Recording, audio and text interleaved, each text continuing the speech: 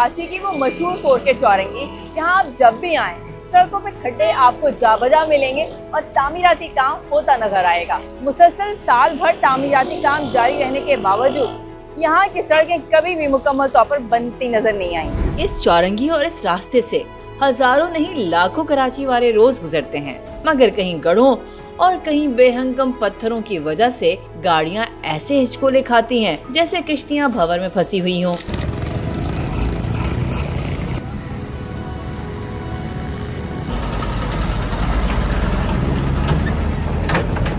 अगर झटकों की वजह से कमर दुखने लगे, पसलियां कराहना शुरू कर दें, कलेजा मुंह को आए, तो समझ जाएं आप फोर के चौरंगी पर हैं।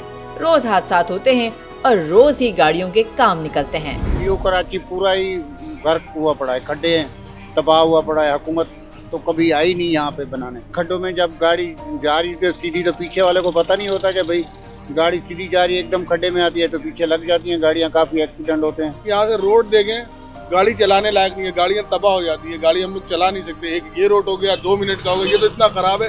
साइमा पे तो आप जाके देखें, पानी पानी बह रहा है, कोई उसकी कुछ नहीं होता। रोड कुछ भी हो, कोई पूछने वाला नहीं है। आप तो आगे रोड देखे जाके 2 मिनट का, कभी 10 साल मेरे को हो गया देखते हो बेटा, रोड ये सीधा है ना, ये नहीं बना, उस पर गाड़ी नहीं जा सकते, जाते ऐसे गड्ढे, और क्या उस पर एक्सीडेंट भी बहुत होते हैं। अक्सर तो एक्सीडेंट होते हैं, इसी वजह से होते हैं। ये गड्ढा आगे उसने ब्रेक मारा, पीछे आया कोई ऐसे निकल रहा, उसने मारा तो एक्सीडेंट ही होगा, और क्या होगा। साइड पे और आगे वाला मंगोपीर वाला ये रोड है, बाबा मोड़ वाला, आगे से ज्यादा खड्डे हैं, वहाँ धूल मट्टी बहुत है ना उस साइड पे। आपसे खड़ा भी नहीं जाता। मैं उनसे गुजारिश करता हूँ आगे थोड़ा सा आप खुद आके सर्वे करें कि वहाँ पे जो ना आगे आपकी सांस लेना मुश्किल हो जाएगा, इतनी धूल मट्टी उड़ रही है। मैं वहीं से आ रहा हूँ। ज्यादातर गड्ढे ज्यादा देखे आप, ये कितना गहरा गड्ढा है, इसकी वजह से एक्सीडेंट होगा। ये एकदम मैंने अभी ब्रेक लिया है, एकदम इससे पीछे कोई गाड़ी आएगी वो टकरा जाएगी। परेशानी भी आपने देखा नहीं, गाड़ी खड्डे के अंदर खुद ही गई है, कितनी मुश्किल से निकली है, आपके सामने ही है। सरजानी के भी सारे खड्डे हैं, तकरीबन तो कराची पूरा खड्डों में ही चल रही है गाड़ी। एक बेरिंग 150 रुपये का आता था, सही है व्हील का, आज वो बेरिंग 480 रुपये का है। फिर मजदूरी मिला तो कितना हो रहा है, हर जगह से नुकसान ही नुकसान हो रहा है। लेकिन क्या करें, मजबूरी है, बच्चों के लिए तो करना पड़ेगा ना। नॉर्थ कराची, न्यू कराची और सरजानी के रहने वालों को नहीं पता कि उन्हें किस जुर्म की सजा दी जा रही है, और ना ही वो ये जानते हैं कि कहाँ यूसी की हुदूद खत्म होती हैं और कहाँ टाउन की शुरू होती हैं, कौन सी सड़क केजीए के जिम्मे है और कौन सी सड़क मेयर कराची के ज़ेर इंतजाम 106 सड़कों में शामिल है। वो तो सिर्फ ये जानते हैं कि बल्दियाती नुमाइंदे भी इस सड़क और इस चौरंगी को ठीक नहीं कर सके। बाइक पे आप जा रहे हो, एकदम पीछे से कोई भी ब्रेक करे तो पूरी जंप होता है। लेडीज तो कितने दफा गिर चुकी है, यहाँ पे फैमिलीज गिर चुकी हैं, लेडीज गिर चुकी हैं। फिर इतना प्लस बच्चों का रोजाना स्कूल लाना ले जाना, वैन ड्राइवर्स होते हैं, वैन ड्राइवर्स ने जंप करी, पीछे से स्कूल के बच्चे गिर गए, बहुत कुछ प्रॉब्लम्स है भाई।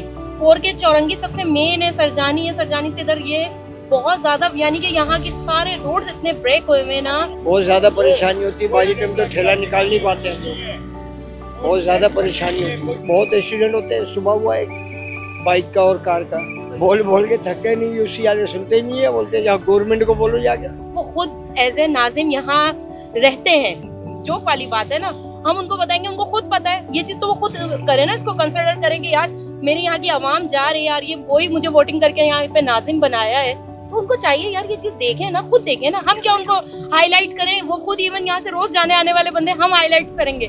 शहरियों के इन सवालों का जवाब लेने के लिए हम पहुँचे जमात इस्लामी से ताल्लुक रखने वाले टाउन चेयरमैन मोहम्मद यूसुफ के पास, जिनका कहना है कि फोर के चौरंगी उनकी जिम्मेदारी नहीं, लेकिन उसके बावजूद कई बार काम कराया है, मगर सीवरेज का मसला ठीक किए बगैर सड़क ठीक नहीं हो सकती। तबसरे तो कोई भी किए जा सकते हैं, लेकिन फोर के चौरंगी पे जब भी काम किया है अल्हम्दुलिल्लाह मैंने किया है। केडीए मैं कह सकता था वो केडीए की मेरी जिम्मेदारी नहीं है, मैंने तो आपको बताया ना कि मैंने उसको बेहतर किया, लेकिन उसके बाद फिर वहाँ पे पानी की लीकेज हो जाए, फिर हैवी ट्रैफिक चले और सड़क फिर बर्बाद हो जाए, तो इसका भी तो कोई हल होना चाहिए ना। इसी तरह पावर हाउस चौरंगी, मेरे पास वीडियोस मौजूद हैं, ऐसा नहीं है कि मैं कोई हवाओं में बात कर रहा हूँ। मुस्तकिल हल ये है कि वाटर एंड सीवरेज बोर्ड को जिस तरह से इस वक्त सुई गैस ने मुख्तलिफ टाउन्स के अंदर पूरा अपना सुई गैस का नया सिस्टम डाला है, इसी तरह से वाटर और सीवरेज की लाइनें भी असरनो डाली जाएं। इनको 50-50 साल हो गए हैं। आप मुझे बताएं, जिस लाइन को डले हुए 50 साल हो गए, उसको आप हर दफ़ा लिपा पोती करके यहाँ से टूट गई तो आपने यहाँ छोटा सा पाइप डाल दिया, वहाँ थोड़े से पाइप डाल दिए, आगे पुराने पाइप हैं, फिर पता चला वो टूट गए, फिर वहाँ पे मसाइल हुए। और जब भी सीवरेज का मसला पैदा होगा, नई लाइन डालनी होगी, तो उसके नतीजा क्या निकलेगा? उसका नतीजा का रोड खोदना पड़ेगी, ठीक है, रोड टूटेगी। लेकिन मैं आपको बताऊं कि जितना भी वाटर एंड सीवरेज बोर्ड ने आज तक लाइनें डाली हैं, वो 1 रुपये भी रोड कटिंग का नहीं देते। मुर्तज़ा वहाब साहब ये तो कहते हैं कि जी टाउन चेयरमैन ने जो है वो सुई गैस को रोडें खोदने की इजाज़त क्यों दी? मैंने इसलिए दी कि उन्होंने मुझे पेमेंट की। सीवरेज और वाटर ये तो ज़ाहिर है कि एक अलग कारपोरेशन है, इसके अपना फ़ंड है, मुर्तज़ा वहाब साहब इसके चेयरमैन हैं, इसका अपना पूरा हराइकी मौजूद है, उसके अंदर टाउन चेयरमैन की, यूसी चेयरमैन की कोई भी मुदाखलत नहीं है। इसके बावजूद वो कहते हैं ना कि जी आपने कहा था इख्तियार से बढ़ के काम करेंगे और इख्तियारात का रोना नहीं रोएंगे। मैं 9 करोड़ रुपए वाटर और सीवरेज पे लगा चुका हूँ। 20,000 घराने ऐसे हैं कि जिनको 25-25, 30-30 साल से उनके घर के अंदर नल के ज़रिए से पानी नहीं मिल रहा था, लाइन के ज़रिए से, वो मैंने पहुँचाया है। एक बहुत बड़ा प्रॉब्लम जो इस कराची का है वो ये है कि हमारा जो सीवरेज का निज़ाम है वो इतना बदतरीन है। यानी मुझे उस दिन यकीन करें कि आंखों में आंसू आने लग गए थे कि जब मैं पूरी रात खड़े होके मैंने जो है वहाँ पे कारपेटिंग करवाई, 3-4 दिन लगातार वहाँ पे काम होता रहा, वो रोड बन गई। जिस वक्त फाइनल कारपेटिंग हो रही थी 4 के चौरंगी से जब आप आगे बढ़ते हैं, तो उस वक्त पता चला कि वो जो ग्रीन बेल्ट है वहाँ से पानी निकलने शुरू हुआ सुबह। यानी आदमी रात भर जागे, उनको जो है सड़क बनवाए, अपनी निगरानी के अंदर बनवाए, वरना मैं तो घर पे भी सो सकता था ना, सड़क ने तो जैसे तैसे बन ही जाना था, लेकिन खुद खड़ा हुआ। और जब सुबह फजर के वक्त ये कैफियत थी कि वहाँ से पूरा फवारा निकलने शुरू हुआ। बल्दियाती नुमाइंदों ने सिंध हुकूमत की तरफ से तरक्याती बजट न मिलने का शिकवा करते हुए कहा कि अगर सुई सदन की तरफ से रोड कटिंग की रकम न मिलती तो उनके लिए गलियां बनाना भी मुमकिन नहीं था। जब कोई नया सिस्टम बनाते हैं, उनसे तवक्कात होती हैं। होना तो ये चाहिए था सिंध गवर्नमेंट हमें कोई ग्रांट देती कि ये फ़ंड है, आप काम करने शुरू कीजिए। हमें कोई फ़ंड नहीं मिला, हमें मसाइल मिले, हमें जो है वो पुरानी लाइबिलिटीज़ मिली, उन लाइबिलिटीज़ के अंदर हमने चीज़ों को सेट करने शुरू किया। फिर सुई गैस का महकमा आ गया, ठीक है ना, सुई गैस ने आके पूरा न्यू कराची उधेड़ा है, ठीक है। उसके उन्होंने हमें 2 अरब रुपए दिए। अब वो जो 2 अरब रुपए हैं, जब उन्होंने अपना काम मुकम्मल कर लिया, अभी मुकम्मल किया नहीं, उसको तकरीबन 80-90% किया है, तो हमने अब गलियां बनाने शुरू की। देखिए इंशाल्लाह न्यू कराची टाउन के तमाम लिंक रोड वो इंशाल्लाह बेहतर होंगे, रोशन होंगे, पुख्ता होंगे, और अल्लाह ने चाहा तो मेरा कोई लिंक रोड ऐसा नहीं होगा जिसके ऊपर कोई गड़ा हो। बल्कि जो मंगोपीर टाउन के चेयरमैन हैं उनको भी बुलाया, उनके साथ भी खड़े होकर हमने प्लान करने शुरू किया।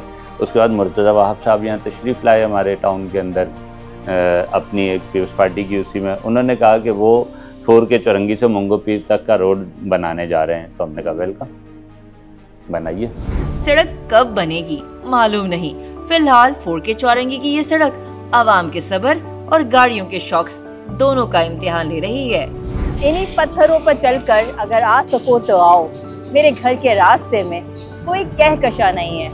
मुस्तफ़ा ज़ैदी ने ये शेर शायद इन्हीं सड़कों के लिए कहा था जो 4 के चौरंगी से साइमा अर्बन विलास तक जाती है, क्योंकि यहाँ पे कोई सड़क का कोई हिस्सा आपको ऐसा नजर नहीं आएगा जहाँ खड्डे ना हो, जब पत्थर ना हो।